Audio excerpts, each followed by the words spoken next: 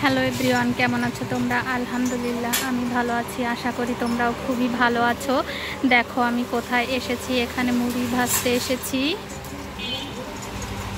যেহেতু রমজান মাস শুরু হয়েছে, তো রমজান মাসের আমাদের ইফতারের সময় অন্য একটি খাদ্য বলতে আমরা মুড়িকেই বুঝে থাকি, ইফতারি বলতে মুড়িকেই বুঝে থাকি। তো এখানে মুড়ি ভাজছে। আগেরকার দিনে অনেক কষ্ট করে আমার মা চাচিরা মুড়ি ভাজতো।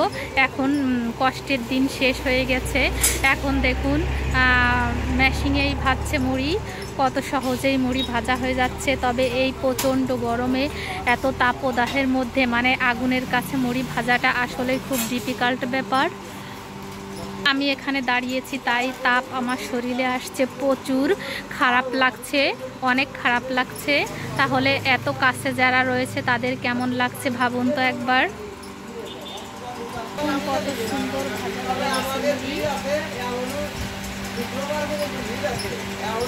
মাশাআল্লাহ, এক নিমিষে অনেক সুন্দরভাবে মুড়ি ভাজা হয়ে গিয়েছে। আমার ভিডিওটা কেমন লাগলো কমেন্টে জানিও। ভালো লাগলে তাহলে লাইক কমেন্ট শেয়ার করো। আজকের মতো ভিডিও এখানেই শেষ করছি। আল্লাহ হাফিজ।